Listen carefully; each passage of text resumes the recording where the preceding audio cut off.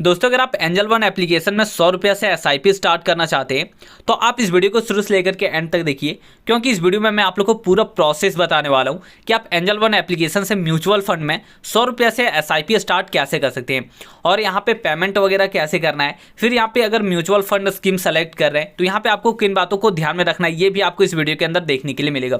अब यहाँ पे सबसे पहले तो आप ध्यान से देखिए कि मैंने यहाँ पे एंजल वन के अंदर अपना demat account complete demat account open करवा करके रखा है। अगर आपने अभी तक इस एप्लीकेशन के अंदर डीमैट अकाउंट ओपन नहीं किया है तो लिंक डिस्क्रिप्शन में मिल जाएगा, वहां से जाकर के इसमें डीमैट अकाउंट ओपन करवा सकते हैं।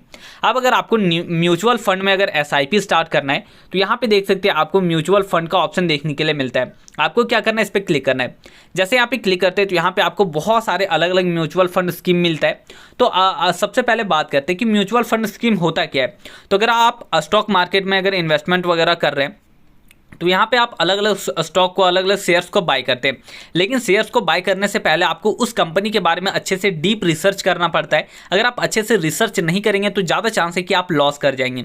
तो यहाँ पे अगर आपके पास उतना टाइम नहीं है लेकिन आप फिर भी स्टॉक मार्केट में इन्वेस्टमेंट वगैरह करना चाहते हैं तो यहाँ पे बढ़िया होता है म्यूचुअल फंड। अब ये क्या होता है, तो यहाँ पे जो एक्सपर्ट होते हैं वो अलग अलग स्टॉक को फंडामेंटली अच्छे से रिसर्च करते हैं और उन सारे स्टॉक को एक यहाँ पे एक ग्रुप में ऐड करते हैं जो म्यूचुअल फंड है, और उसमें अगर आप अपना पैसा देते हो उस एक्सपर्ट को तो वो अलग अलग कंपनी में अलग अलग परसेंटेज के हिसाब से इन्वेस्ट करते हैं।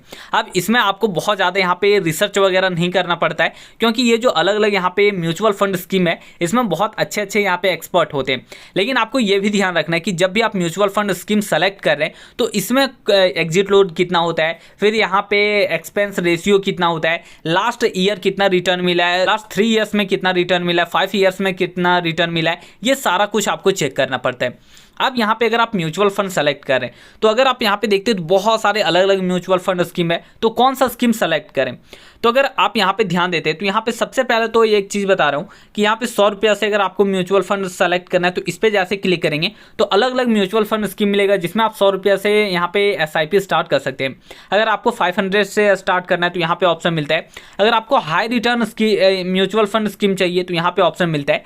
लेकिन एक बात का ध्यान रखना है कि जिसमें ज़्यादा रिटर्न मिलता है उसमें ज़्यादा रिस्क होता है। जैसे सबसे ज़्यादा रिटर्न किसमें मिलता है, स्मॉल कैप फंड में मिलता है, लेकिन स्मॉल कैप फंड में थोड़ा ज़्यादा रिस्क होता है। अब उससे थोड़ा कम रिटर्न मिलता है मिड कैप फंड में, तो रिस्क भी थोड़ा सा कम हो जाता है। स्मॉल कैप में सबसे ज़्यादा रिस्क है, उससे थोड़ा सा कम मिड कैप में है, और उससे थोड़ा सा कम यहाँ पे रिस्क होता है लार्ज कैप में, लेकिन लार्ज कैप में थोड़ा कम यहाँ पे रिटर्न वगैरह मिलता है। अब एक चीज़ हम आपको हमेशा ध्यान रखना है कि जो स्मॉल कैप फंड होता है वो आपको 1 साल में 2 साल में बहुत ज़्यादा रिटर्न देखने के लिए मिलेगा, लेकिन जो लार्ज कैप फंड होता है उसमें 1 साल में 2 साल में बहुत ज़्यादा रिटर्न नहीं मिलेगा। लेकिन अगर आप लॉन्ग टाइम तक इन्वेस्टमेंट करते हैं, लॉन्ग टाइम तक एसआईपी करते हैं, तो उसमें भी आपको स्मॉल कैप के जैसा आपको बड़ा रिटर्न आपको देखने के लिए मिलता है।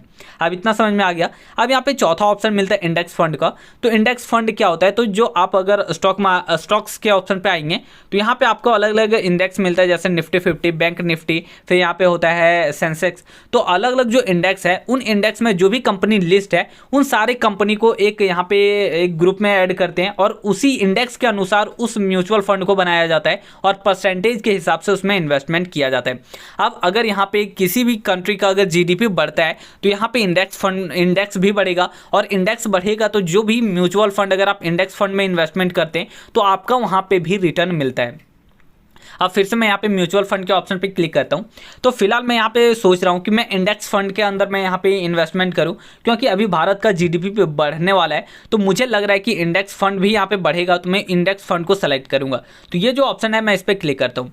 जैसे मैंने यहाँ पे क्लिक किया तो अब आप यहाँ पे देख सकते हैं बहुत सारे अलग अलग यहाँ पे म्यूचुअल फंड स्कीम है जो अलग अलग इंडेक्स में यहाँ पे पैसा इन्वेस्टमेंट करते हैं।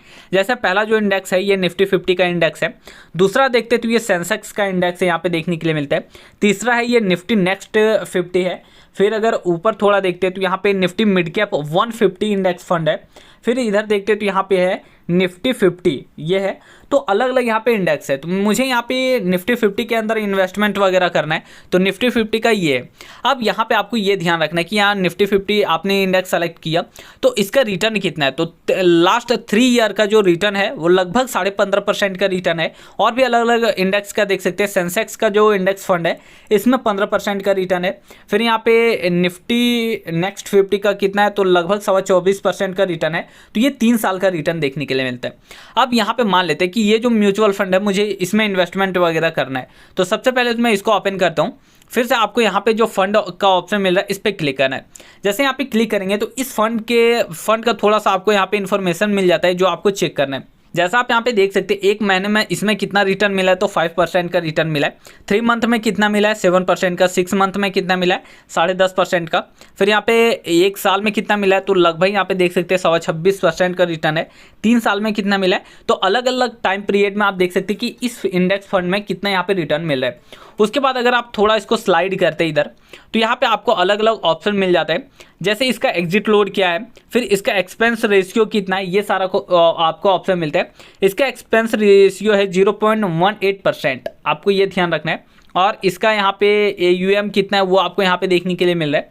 तो ये सारे ऑप्शन मिलते हैं। एग्जिट लोड तो बिल्कुल नील है। अब इधर अगर हम लोग देखते हैं तो यहाँ पे और भी आपको अलग अलग ऑप्शन मिलता है कि इसमें कितना रिस्क है। तो यहाँ पे वेरी हाई यहाँ पे रिस्क आपको देखने के लिए मिल रहा है। तो एक बार इसको बैक करते हैं।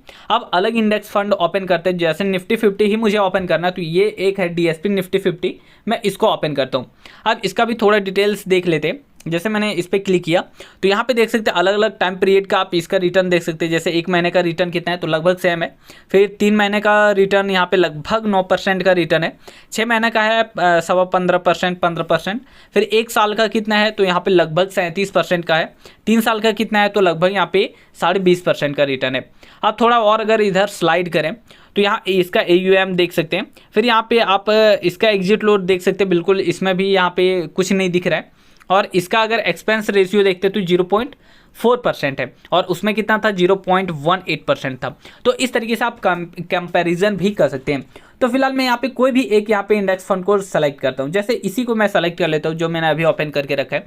लेकिन इंडेक्स फंड सेलेक्ट करने से पहले और भी बात यहाँ पे होता है, और भी पॉइंट्स होता है जिसको आपको अच्छे से ध्यान आपको रखना है। अब मुझे SIP स्टार्ट करना है 100 रुपये से। अगर आपका यहाँ पे आपका ज़्यादा इनकम है, आप ज़्यादा इन्वेस्टमेंट वगैरह करना चाहते हैं, तो इसका अमाउंट बढ़ा सकते हैं। 500, 1000, 2000, जितना भी आपको इन्वेस्टमेंट करना है मंथली बेसिस में आप यहाँ पे सेलेक्ट कर सकते हैं। अब चलिए यहाँ पे आपको ये भी ध्यान रखना है कि SIP स्टार्ट कर रहे हैं तो आपको एक डेट सेलेक्ट करना है जो हर मंथ आपका पैसा यहाँ पे इन्वेस्टमेंट हो जाए ऑटोमेटिक। अगर ऑटो पे स्टार्ट करते हैं तो ऑटोमेटिक आपके बैंक से पैसा कट के इसमें इन्वेस्टमेंट वगैरह हो जाएगा। तो यहाँ पे क्लिक करके आप अपना डेट वगैरह सेलेक्ट कर सकते हैं। तो मैं यहाँ पे फिलहाल 30 तारीख सेलेक्ट करता हूँ और कन्फर्म के ऑप्शन पर मैं यहाँ पे क्लिक करता हूँ। ये हो गया। अब अगर आपको यहाँ पे पेमेंट करना है, SIP स्टार्ट करना है, तो कंटिन्यू का ऑप्शन मिल रहा है, इस पर क्लिक करना है। जैसे यहाँ पे क्लिक करेंगे आपका जो भी बैंक अकाउंट है वो यहाँ पे शो करता है। तो मैं फिलहाल पे के ऑप्शन पे क्लिक करता हूँ। जैसे मैंने यहाँ पे क्लिक किया, थोड़ा सा लोडिंग हो रहा है।